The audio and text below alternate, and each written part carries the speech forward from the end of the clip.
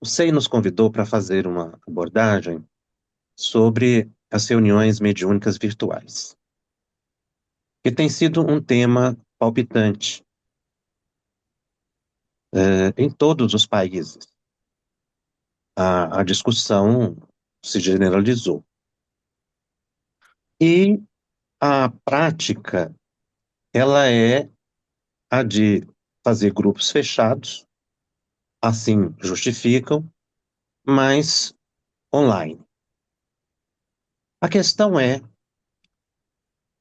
se verificar se essa prática ela guarda concordância com os postulados espíritas ou não. Penso assim, conquanto cada um depois vai externar o seu pensamento. Porque prática mediúnica existem várias. Modo de realização de reunião mediúnica existem vários. Mas não quer dizer que bastou dizer que é espírita que a prática será espírita. Ela precisa ter concordância com os postulados espíritas. Por isso, esse tema de discussão é relevante, porque as pessoas buscam a informação, querem saber e se orientarem no próprio trabalho, para a segurança e equilíbrio das pessoas todas. Então, nós vamos ver, por exemplo, as práticas mediúnicas de matriz africana. Nós vamos ver práticas espiritualistas, até budistas. Cada um tem a sua filosofia própria, a sua identidade cultural e doutrinária. O espiritismo também tem a sua identidade cultural, doutrinária.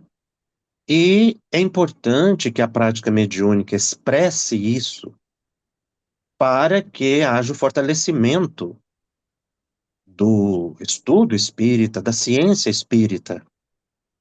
Porque a prática mediúnica, na visão espírita, não foi criada por Allan Kardec.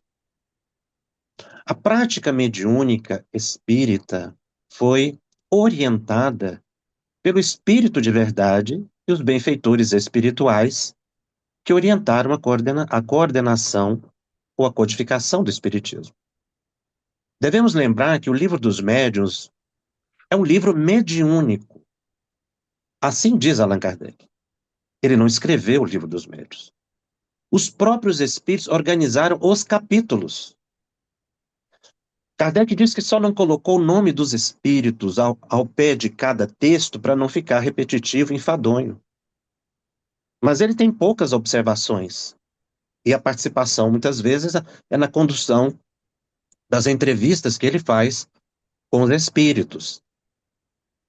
Então, a prática mediúnica espírita, segundo o Livro dos Espíritos, é o entendimento dos espíritos superiores de como nós devemos agir para favorecer o contato seguro com a dimensão espiritual superior.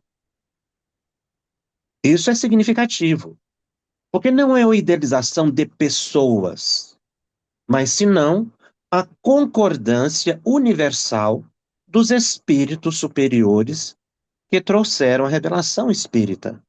Kardec submeteu os postulados do Livro dos Médiuns, falando especificamente dessa obra, à concordância universal dos espíritos. A universalidade dos ensinos fica ali expressa. Então, nós precisamos enxergar na obra o modo, ou os princípios fundamentais da realização da reunião espírita, da reunião mediúnica espírita.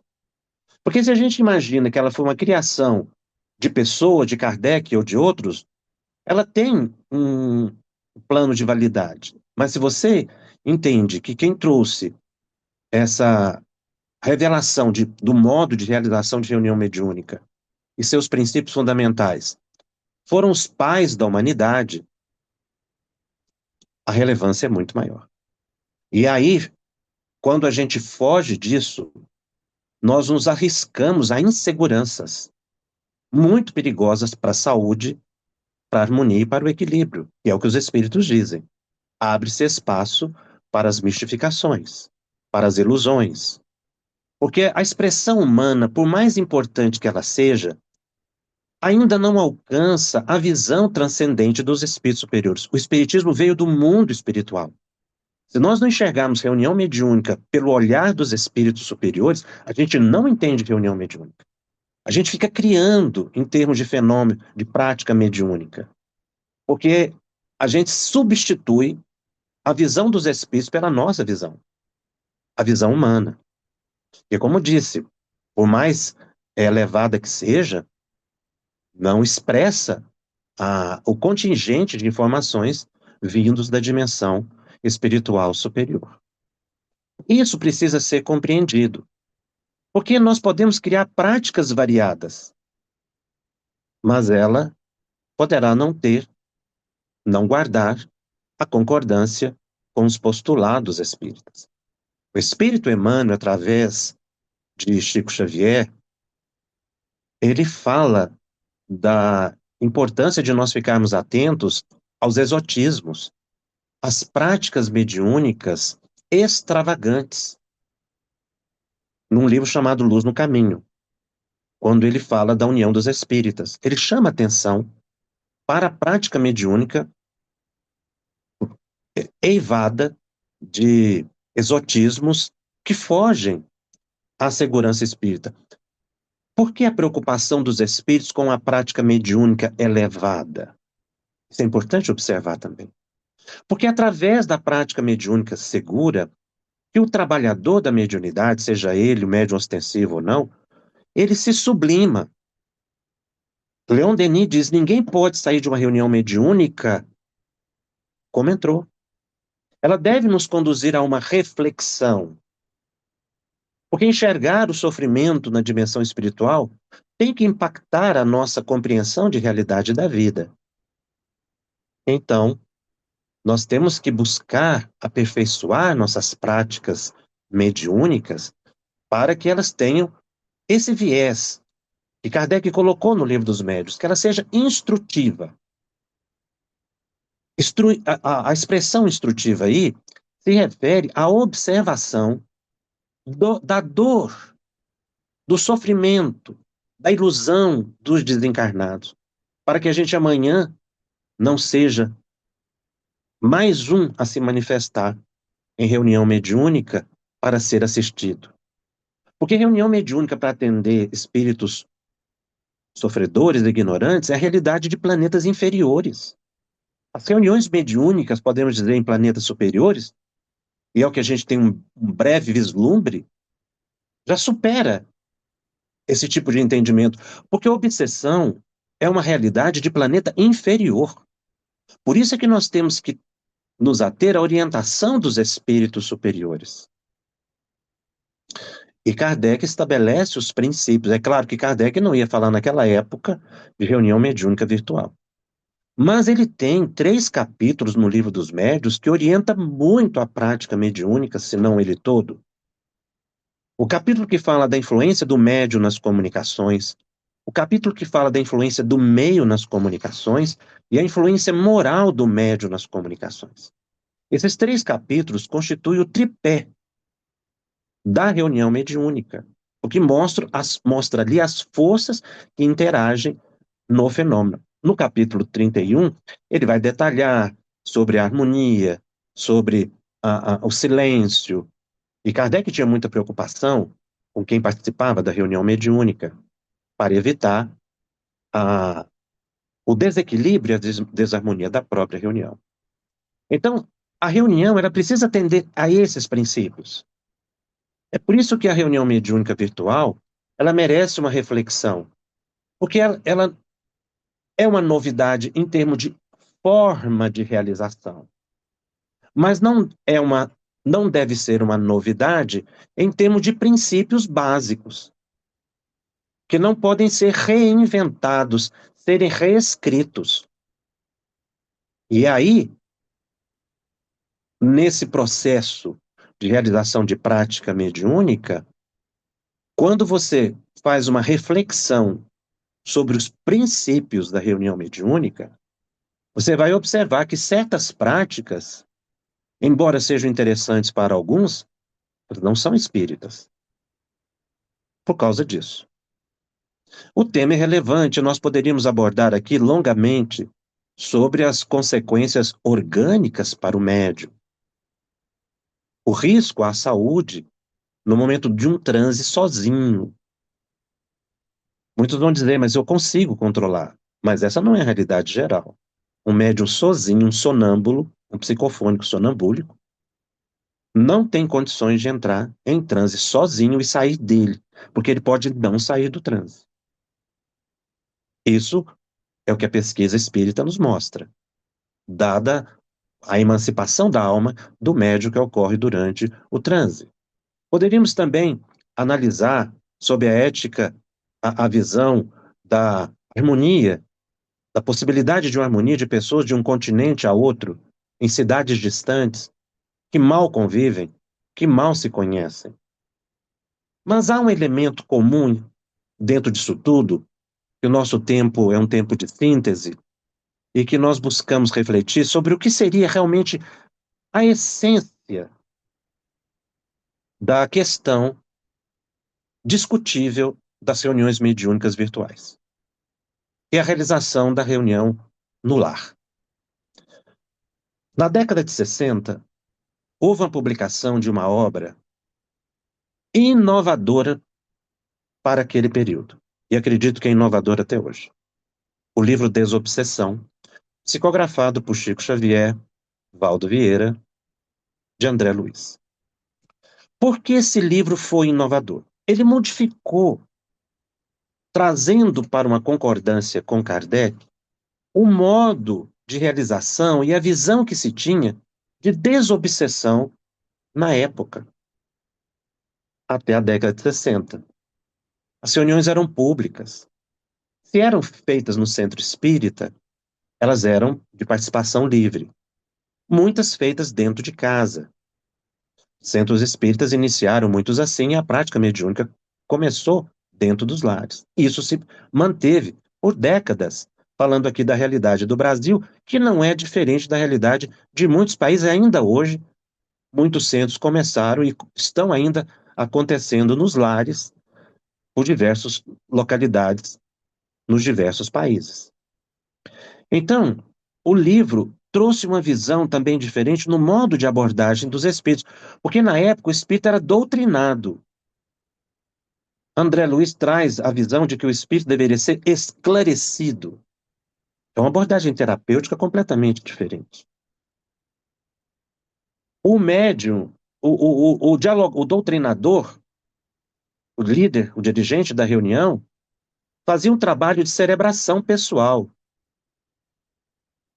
André Luiz evolui a expressão para nominá-lo de médium esclarecedor e mostra que o trabalho dele é pela intuição e pela inspiração, colocando aí que todos os participantes da reunião mediúnica são médiuns. E a grande inovação, em termos de prática, André Luiz coloca na sua introdução, quando ele diz o seguinte, eu vou ler pequenos trechos. Nenhuma instituição de espiritismo pode, a rigor, desinteressar-se desse trabalho imprescindível à higiene, harmonia, amparo ou restauração da mente humana, traçando esclarecimento justo, seja aos desencarnados sofredores, seja aos encarnados desprovidos de educação íntima, que lhes sofram a atuação deprimente, conquanto às vezes involuntária. Cada templo espírita, essa é a introdução de André Luiz, tem duas introduções, uma de Emmanuel e de André Luiz, essa é a introdução, trecho da introdução de André Luiz desse livro, Desobsessão. Cada templo espírita deve e precisa possuir sua equipe de servidores de desobsessão. Quando não seja destinada a socorrer as vítimas da desorientação espiritual que lhe rondam as portas para a defesa e também a conservação de si mesmas. E aí ele avança no assunto no capítulo 9, quando ele intitula Templo Espírita. E vai dizer: à medida que se nos aclara o entendimento nas realizações de caráter mediúnico, perceberemos que as lides da desobsessão pedem o ambiente do templo espírita para se efetivarem com segurança. Para compreender isso, recordemos que se muitos doentes conseguem recuperar a saúde no clima doméstico, muitos outros reclamam o hospital. Se no lar dispomos de agentes empíricos a benefício dos enfermos, numa casa de saúde encontramos toda uma coleção de instrumentos selecionados para assistência pronta. No templo espírita, os instrutores desencarnados conseguem localizar recursos avançados do plano espiritual para o socorro a obsidiados e obsessores. Razão porque, tanto quanto nos seja possível, é aí, entre as paredes respeitáveis da nossa escola viva, que nos cabe situar o Ministério da Desobsessão. Isso criou uma polêmica, porque as pessoas tiveram muita dificuldade de ter essa visão aclarada que André Luiz traz. Muitos até hoje dizem que esse livro não se aplica, que esse livro é ultrapassado. Mas, na verdade, não se percebeu o alcance, e muitos do que dizem isso querem impor suas práticas mediúnicas próprias, a visão humana e não transcendente de um benfeitor espiritual como André Luiz, que, na verdade, ele não fala por si mesmo. Ele representa toda uma equipe espiritual.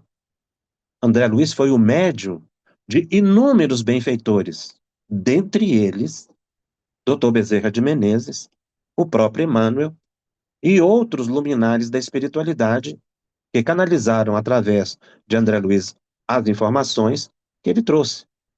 Porque senão seriam inúmeros espíritos que Chico teria que psicografar.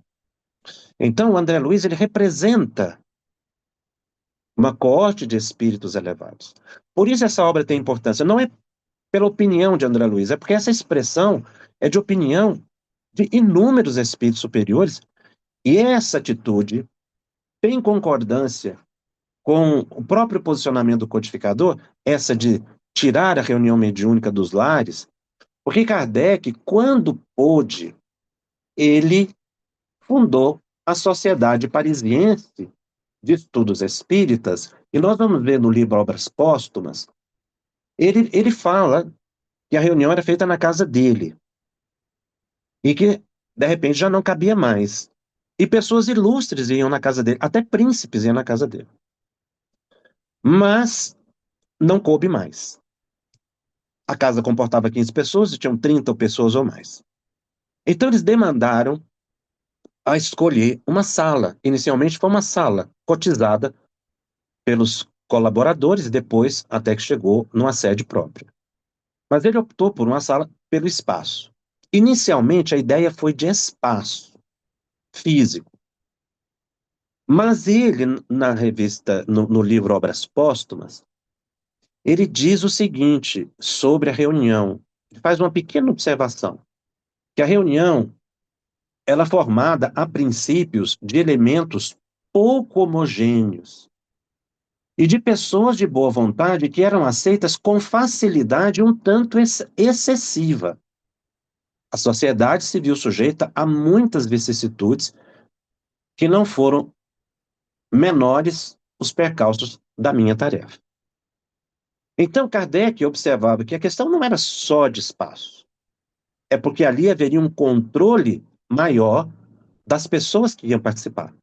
E isso fica claro no livro dos médiuns depois, quando ele estabelece os critérios, né, que ele coloca ali o estatuto, né, no livro dos médiuns da Sociedade Parisiense, os critérios para participar daquela reunião eram imensos, ele tinha muita preocupação, porque ele sabia, por orientação dos espíritos, que a desarmonia era possível, o despreparo das pessoas permitiria o acesso de espíritos inferiores.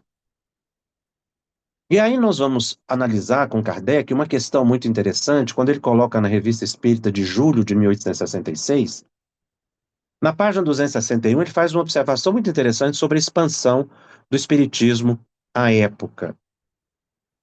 Porque as pessoas também estavam querendo estar juntas.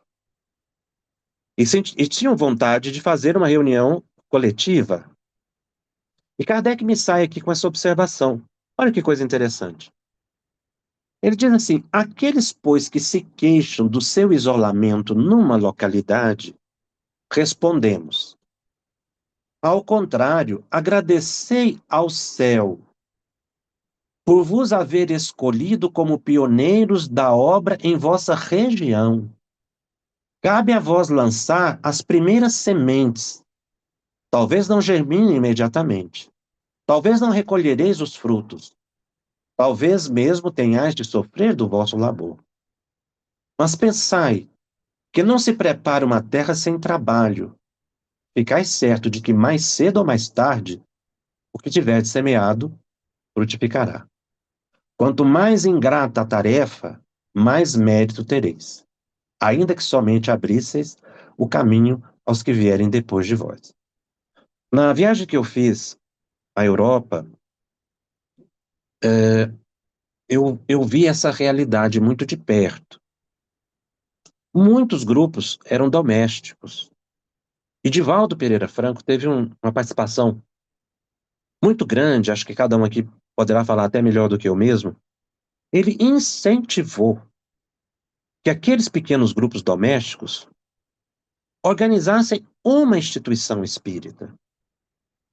Esse pensamento do codificador aqui, ó, que eu acabei de ler. Agradecer ao céu por haver escolhido como pioneiros da obra em vossa região. Então ninguém foi ou reencarnou na Europa ou para a Europa por acaso. Então, quando a gente ouve que as pessoas dizendo, mas a minha cidade não tem uma reunião mediúnica, e é tão bom, eu preciso participar, e eu vou participar online, é um fato.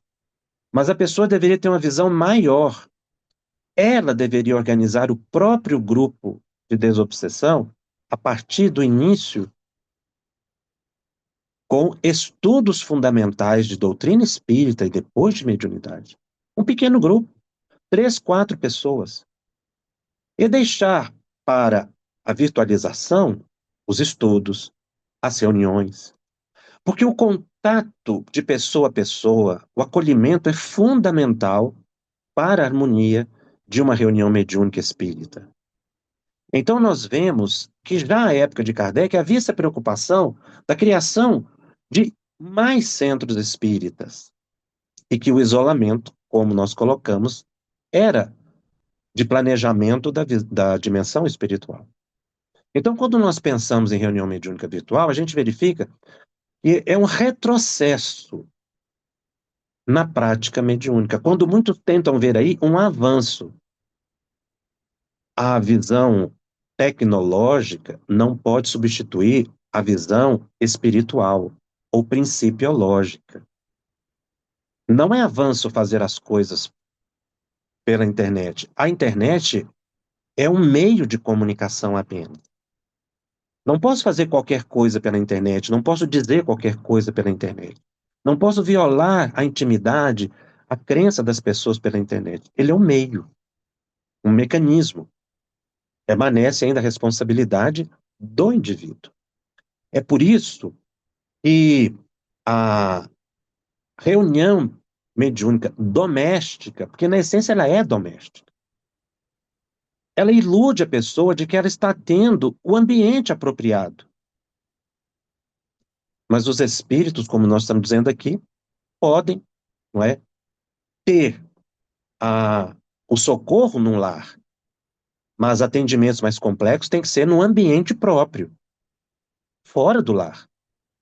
E nós poderíamos falar da obsessão doméstica, sobretudo quem tem crianças, o desequilíbrio, mas vem várias justificativas. Muitos dizem assim: eu moro sozinho, meu lar é harmonioso. Harmonioso no plano material, porque não tem ninguém para conversar às vezes. Mas a pessoa não pode esquecer dos conviventes desencarnados, que é a influência do meio, segundo Kardec. Por isso eu falei da importância de estudar esse capítulo. Nós temos companhias espirituais, muitas vezes espíritos inferiores que trazemos de outra vida, oportunistas. Então eu moro sozinho, mas não quer dizer que o meu caso, a minha casa, seja um posto avançado de nosso lar, por exemplo. Pode não ser.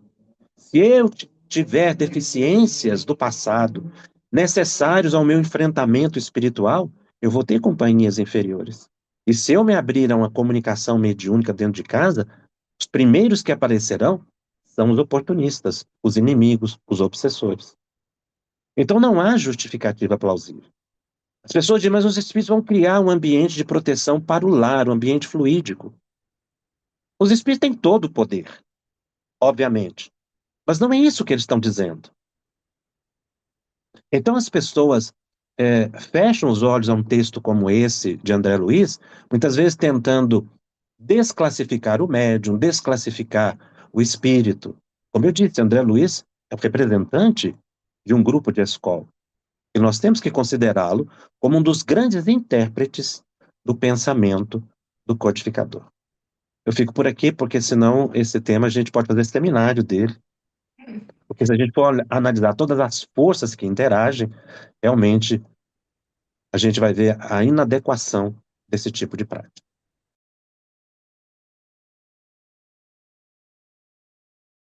Você colocou muito bem, Gorete, é um mito. A reunião mediúnica não é uma reunião para equilibrar médiuns. É uma reunião para médiuns equilibrados. Se o médium necessita de equilíbrio, ele precisa se recuperar pelo estudo, pelo passe, por assistir palestra, pelo estudo. Aí ele harmoniza a mente com conhecimento e com equilíbrio interior. Aí ele está apto a ir para a reunião mediúnica, porque realmente é um mito. Eu vejo isso aqui demais no Brasil. A pessoa chega desequilibrada no centro espírita, ela tem que ir para a reunião mediúnica e coloca lá. E a pessoa piora, porque ela não está preparada para aquilo. Então, você criar uma reunião mediúnica para equilibrar pessoas, você teria que criar uma reunião, se fosse possível virtual, se a gente usar, de meditação, de estudo. Pedir para essa pessoa ler o Evangelho todos os dias, frequentar uma casa espírita, receber um passe. Depois que ela equilibrar, ela encontrar um grupo presencial, porque ela não tem condições de aprender a mediunidade prática sozinha ou por alguém a longa distância. Então, as pessoas que defendem essa ideia têm sempre argumentos os mais variados, mas fere exatamente alguns princípios, como esse que você colocou, e tentam ver nisso uma solução. Por isso eu disse, o médium que está isolado numa região distante, ele reencarnou com aquela mediunidade ali, por quê? Segundo Kardec, ele foi colocado ali para começar um trabalho. Por isso a sua mediunidade ostensiva. Isso aconteceu aqui no Brasil. No passado, médiuns reencarnaram em cidades sozinhos. O que eles fizeram? Começaram um trabalho de caridade, começaram a estudar o Evangelho. Muito aqui no Brasil, muitos centros espíritas surgiram assim, a partir de médiuns que pegaram o Evangelho, foram fazer a caridade, inicialmente um pequeno grupo, e depois foram para a instituição e criaram os centros espíritas, que muitos existem até hoje. Então, essa realidade precisa ser expandida mundialmente, a pessoa precisa ver. Foi o trabalho, repito, que Divaldo procurou conscientizar as pessoas.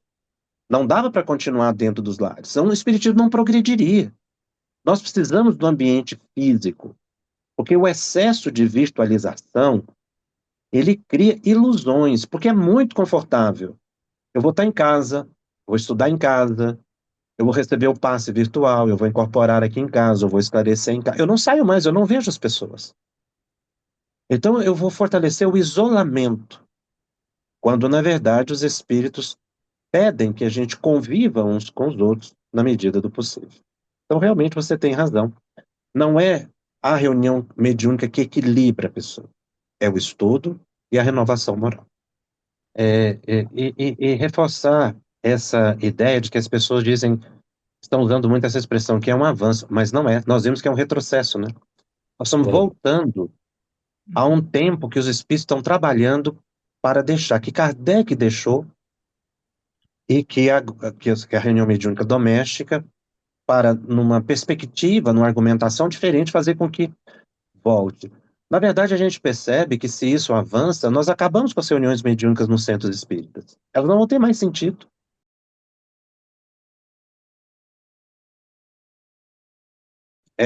Existem implicações, porque nós somos responsáveis pela organização e vamos responder pelas consequências dos nossos atos.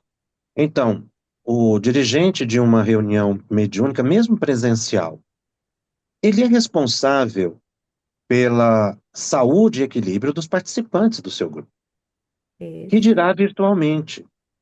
Então, eu não posso colocar na reunião mediúnica, mesmo presencial, qualquer pessoa, eu preciso conhecer o histórico da pessoa.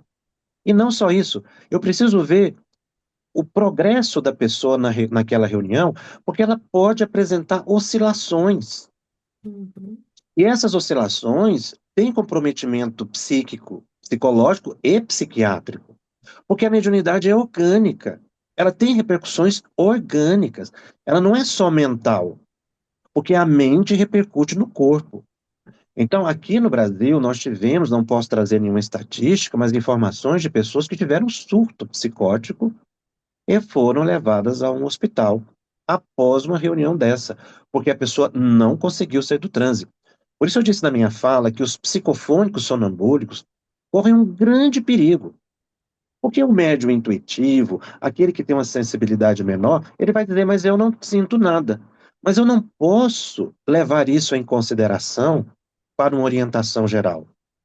E mesmo a questão do intuitivo, como nosso irmão amigo Vitor disse, a fascinação ela é para todos. Então, o risco de um distúrbio de fascinação que vai comprometer a existência da pessoa inteira é real e, mesmo que não seja visível no momento, pode prejudicar a ele e a sua família.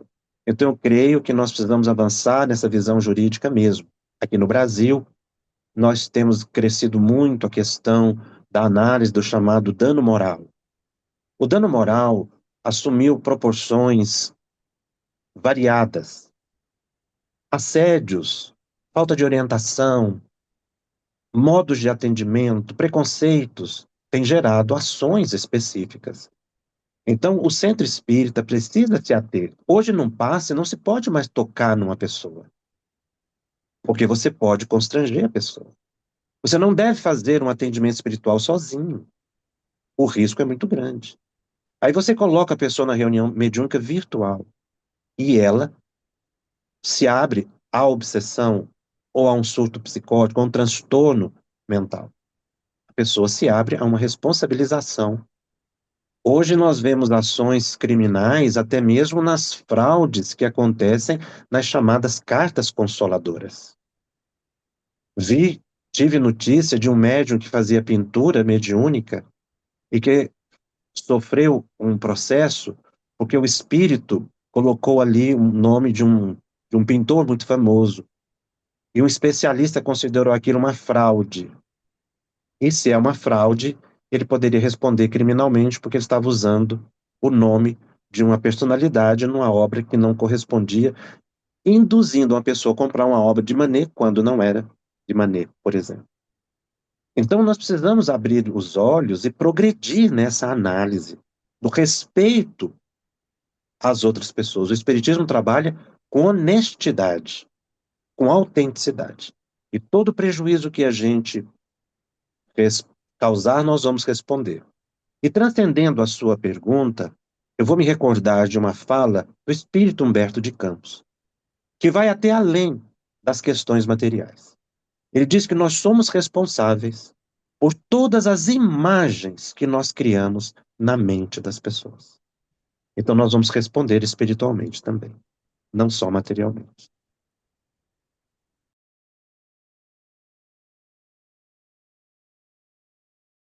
Uma das grandes preocupações de Allan Kardec, ele tem todo um capítulo no livro dos médiuns, ele trabalha bastante a questão na Revista Espírita da identidade dos espíritos. Porque você não controla os espíritos. Você não vê. como estamos nos vendo no espírito. Você só pode identificar a natureza dele pelo que ele fala, pelo que ele induz e pelas consequências da fala dele. E aí você vai classificar como espíritos superiores, espíritos médios, comuns ou espíritos inferiores. Porque o risco da mistificação, eu não vou dizer nem da fraude, seria a imaginação do médium, mas o risco da mistificação, de um espírito passar pelo outro, é grande. E Kardec viu isso na sua pesquisa. Não tinha como você impedir que um espírito respondesse no lugar de outro, senão através de uma análise muito cuidadosa da mensagem. Por isso é que ele diz que o importante era o conteúdo da mensagem e não o nome do espírito. Porque um espírito se passa pelo outro. Você não tem condição de evitar isso. Nenhum médium consegue evitar isso. O próprio Chico Xavier, Divaldo, eles disseram isso na sua experiência mediúnica. É impossível você impedir. E Chico chega a dizer que Emmanuel deixou que ele fosse mistificado algumas vezes para trabalhar a humildade dele. Porque às vezes a gente fica naquela vã glória de que eu não sou mistificado, nem um médium. Porque é natural no fenômeno mediúnico, não é defeito do médium, é consequência do próprio ato mediúnico um espírito passar pelo outro. Então é algo natural. Por isso Kardec se preocupava muito com o tema. E Kardec estabeleceu, então, o critério da universalidade do ensino dos espíritos. Espíritos superiores pensam sobre os mesmos temas da mesma forma. Isso é atemporal. Não é da época de Kardec e não é de hoje. Por que é atemporal? Porque o saber dos espíritos não é mutável, dos espíritos superiores. Eles, quando têm uma compreensão de orientação, ela fica, eles são muito cuidadosos. A evolução do entendimento poderia ocorrer em planos espirituais muito superiores, mas eles evitam ficar mudando as orientações aqui, no plano físico, porque nós estamos ainda aprendendo. Se todo dia vier uma informação diferente, nós nos perdemos. Por isso, a obra da codificação ela é permanente, ela é atemporal. Uma obra do Chico é atemporal. Uma obra de Ivone do Amaral Pereira é atemporal. De Divaldo. Porque os espíritos trouxeram princípios muito importantes e a gente precisa conhecê-los. Então, quando um mentor é um espírito, é um mentor, mas ele traz uma informação dissonante que foge à concordância do pensamento dos espíritos superiores, ele pode ser até um espírito bondoso, mas ele está falando da ideia dele. E tem valor como de uma pessoa qualquer. E se você seguir, você pode se decepcionar, porque não tem todo o saber. Então, quando um espírito superior, ou se posta como superior, diz que a reunião mediúnica pode ser feita dentro dos lares, seja virtual ou não, ele fere ao princípio da concordância universal dos espíritos. Ele não é mentor. Ele não é um espírito superior. Ele é um espírito, muitas vezes, oportunista, que está trabalhando na linha de desejo do que as pessoas querem ouvir e validar a opinião própria. Então, nós vemos que a prática mediúnica espírita é orientada de forma aleatória por espíritos inúmeros, que dizem aos seus médios para fazer as coisas mais absurdas. São espíritos inferiores, porque eles não têm nenhuma preocupação com as consequências. Um suposto mentor que diga à pessoa, você faz uma reunião mediúnica online porque é preciso isso, ele está brincando com a saúde das pessoas e das famílias. Me perdoe aqueles que pensam diferente. Por que eu estou colocando assim? Porque ele não está analisando as consequências. O espírito precisa ver lá na frente. E há uma outra questão, Jussara, que depois a gente pode até fazer um estudo mais cuidadoso. Desobsessão, minha irmã, não se faz exclusivamente pelo transe mediúnico, que é a maior ilusão que se tem hoje em muitas instituições. E o importante é o transe, não é. Nosso tempo já esgotou, mas numa frase, uma experiência que para mim é icônica e que muda o nosso olhar sobre a questão da desobsessão, trazida por Chico Xavier. Ele estava numa rua, conversando com pessoas, e chega uma senhora. É cheio de detalhes, mas eu estou resumindo com as minhas palavras. Uma senhora que transparecia um desequilíbrio. E ela chegou para o Chico e disse assim: Chico, tem um espírito preso em mim, Chico. Tira ele. E ele voltou-se para aquela senhora e disse: tirar para quê, minha filha? Vamos evangelizar ele e nós todos juntos. Nesse momento, Chico Xavier abriu um novo capítulo no estudo da desobsessão. Desobsessão não é afastamento de espíritos, é reconciliação, é convivência, é evangelização mútua. Então, aos jovens que estão aqui assistindo, muito cuidado com o que vem, com o que estão assistindo pela internet. Muitos dizem que são espíritas e fazem um grande combate ao movimento espírita, aos espíritas. Espírito superior não faz isso. Eles nos instruem. Não há espírito que mais nos puxe a orelha com amor do que Emmanuel, mas ele não nos ofende. Ele não nos agride. Ele não aponta as falhas, ele mostra a meta. Porque ele mostra Jesus como o caminho, a verdade e a vida, uma das suas obras. Quando nós paramos num site desse para ver ali o que aquela pessoa está falando, divulgando a mediunidade online, criticando o movimento espírita, criticando instituições do Brasil ou do exterior, ele tem likes, isso vira dinheiro. A polêmica atrai e tem ganho monetário. Eles vendem os seus livros. Porque essas pessoas que divulgam muitas dessas ideias têm livros. Eles querem vender os livros. E esperam que as pessoas vão buscar, até mesmo por curiosidade. Então, evitemos multiplicar, encaminhar sites e permanecer observando esses sites perigosos, que na verdade estão querendo, pela polêmica, atrair pessoas e, com isso, ter a monetização. Eu vi um desses influencers. Ele disse na internet: Chico Xavier leu uma revista e escreveu o Paulo Estevam. Como pode uma pessoa ler uma revista e criar um Paulo Estevam? Ele desconsiderou a mediunidade de Chico.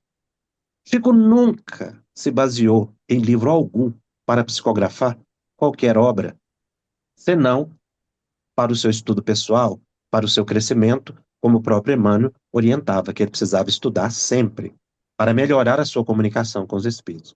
Mas Paulo Estevam é uma obra inédita. Então você veja que a pessoa está querendo criar uma ilusão, uma polêmica. Então os jovens têm que ficar muito atentos.